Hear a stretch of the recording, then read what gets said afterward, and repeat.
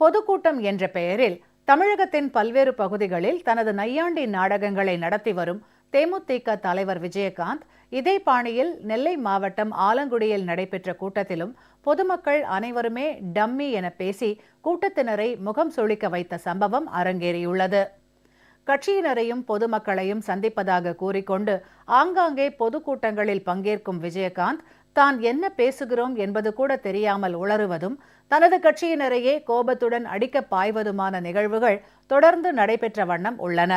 சமீபத்தில் விழுப்புரம் மாவட்டம் தியாகதுருகத்தில் நடைபெற்ற பொதுக்கூட்டம் ஒன்றில் பங்கேற்ற அவர் கண்டபடி உளறி கொட்டியதோடு தொண்டர்கள் சிலரை அடிக்கவும் பாய்ந்ததால் அவரது கட்சியினரே விஜயகாந்தை கடுமையாக விமர்சித்தனர்.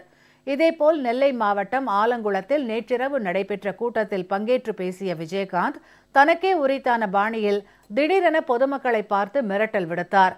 தான் பேசுவதை கூட்டத்தினர் கவனிக்காததால் கோபமடைந்த அவர் தொண்டர்களை மிரட்டும் தொனியில் எச்சரித்தார்.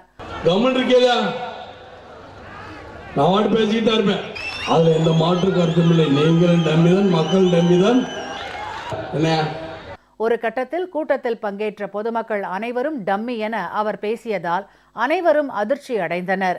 இந்த நிலையில் இந்த கூட்டத்திற்கு அழைத்து வரப்பட்ட பெண்கள் மற்றும் மூதாட்டிகளுக்கு பணம் கொடுப்பதாக வாக்குறுதி அளிக்கப்பட்ட நிலையில் அவ்வாறு பணம் வழங்கப்படாததால் ஏராளமான பெண்கள் பொதுக்கூட்ட மேடையை முற்றுகையிட்டு தங்களது எதிர்ப்பை வெளிப்படுத்தினர்.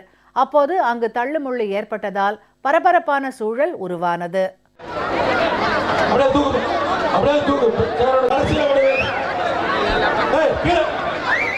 விஜயகாந்த் கட்சி பொதுக்கூட்டம் என்றாலே இதுபோன்ற அபத்தமான நிகழ்வுகள் அரங்கேறுவது வழக்கமான ஒன்றாகவே மாறிவிட்டது என பல்வேறு தரப்பினரும் கூறி வருகின்றனர்.